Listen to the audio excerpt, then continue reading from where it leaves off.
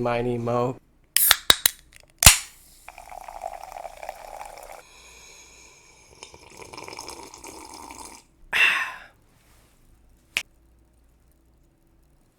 Music is fucking worthless.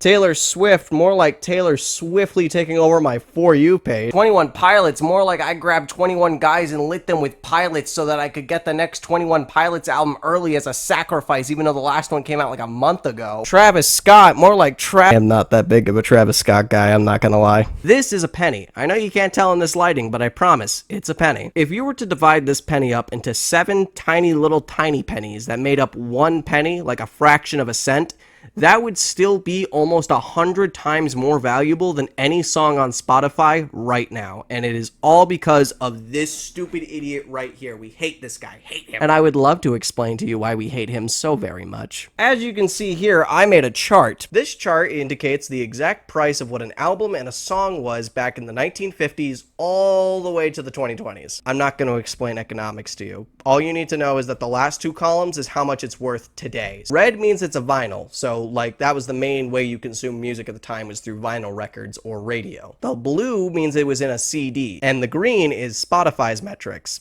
and technically iTunes, but nobody uses iTunes. Are you fucking kidding me? Everything through the 50s to about the 70s makes a lot of sense. Vinyl records used to be about $16 to $30 depending on the quality of the record. If it was an artist that everybody knew, then people would buy the record more, so they'd hike up the price a little bit. Vinyl music was very popular around this time era as well. Yes, there was radio music, but if you wanted to sit in the comfort of your own home and pick which songs you wanted to listen to, vinyl was the way to go. Then the 90s hit, and this is where vinyl records really took a hit. People are listening to radio, they're listening to mixtapes, CDs. Some people even have early access to what would then become a fucking MP3 player, you know? People had no interest in listening to vinyl anymore. They were expensive, they were loud, they were clunky, and honestly, people just wanted to listen to their music in their own way, in their own comfort, in a smaller, compact form. Unfortunately, this also created a catastrophic event in music that I like to call the CD era. The era of CDs is a very scary time. The 2000s just hit, and now all of a sudden you can download a piano onto your laptop, and now you can just make songs without ever touching an instrument. I really hope that I make sure I include the place I got that quote, because I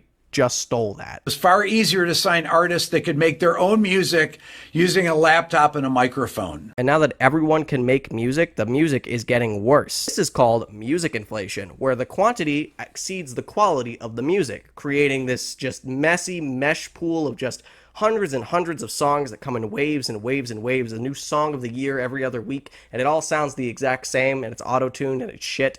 That is where this started, in the early 2000s to 2010s, where CDs really started to take off. In the 70s, a song used to be worth $5.25. In just 40 years, it deteriorated into $1.82 because of the mass-produced ability of CDs. You could mass-produce songs, CDs, CD covers, you name it, you could just mass-produce. And then we get to the 2020s. Spotify and iTunes and YouTube Music takes over everything. Nobody is buying physical copies of CDs. Nobody's buying albums, vinyls, you name it. Nobody wants it. You sign up for a subscription service and you get all the songs you could ever want. Now, the price of an album in 2020 is going to be 0.00004 cents. Same thing with singles. Throw another zero in there. That's the price of singles. A fraction of a penny.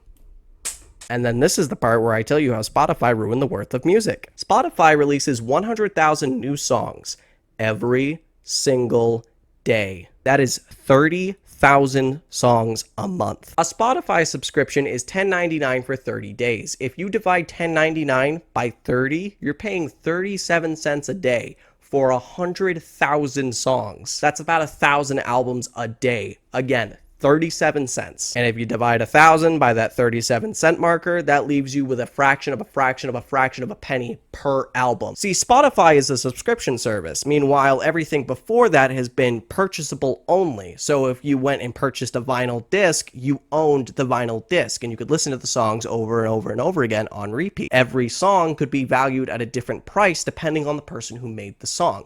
An album made by Timbuk Bo in the fucking Banana Shed isn't going to be worth as much as an Elton John album. But on Spotify, 37 cents is 100,000 songs, which means every song has the exact same value, regardless of when it came out, who made it, or what it's about. This is 929, a beautiful song created by a tortured artist who just wants to express herself in the world and she doesn't know how she wants to do it. This is Piss. They are the exact same price. Everything Tupac has ever made? Piss.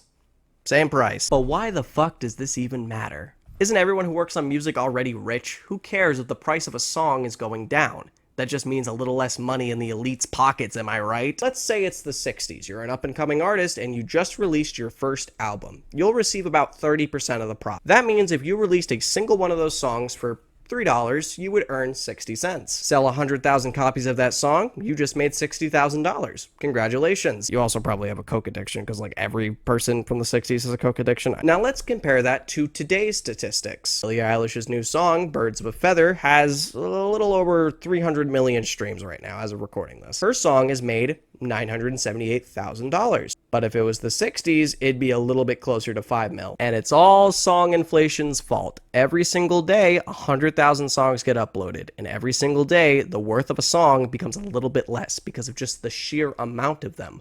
Why have quality when you can have quantity? And Spotify, and let's be honest, most of the music industry is just totally okay with it because they're in it for the money. Why hire an artist that can make 12 songs in a year when you can just have one AI make 12 songs in a second? But who gives a fuck? You're about to make millions and leave a dead corpse of a beautiful art form in your wake. Why? Because you're greedy. Not you, but I'm talking to the CEO in this context, not you. The CEO's not going to watch this. Ooh, shh. I know the CEO's not going to actually watch this video. I was just, throwing shit out there because I'm angry. Let me be angry. So in summary, music is dying because it's losing its worth. And it's not a slow death, it is a fast fucking plummet into the void of mediocrity, and there's no escape. Luckily, plagiarism is something that seemingly everyone hates, including the US government and big record labels. So maybe, potentially, there could be laws that get put in place to prevent the usage and distribution of AI music, because at the end of the day, AI just takes ideas from other creators and pumps them into this weird Frankenstein song. So hopefully that can get banned or outright just fucking, I don't even know, fucking illegalized. And maybe if we get really lucky, the CEO of Spotify will die and we can get more quality control on a platform that almost every single person listens to music on. The value of music in your soul is completely different than the monetizable value of music. If a song makes you happy, it makes you sad, makes you feel something that you've always wanted to feel in any way, shape, or form, then goddamn it, that's art. Anyways, I'm out of time for this video. Feel free to subscribe though. More coming your way very, very soon. This tastes terrible.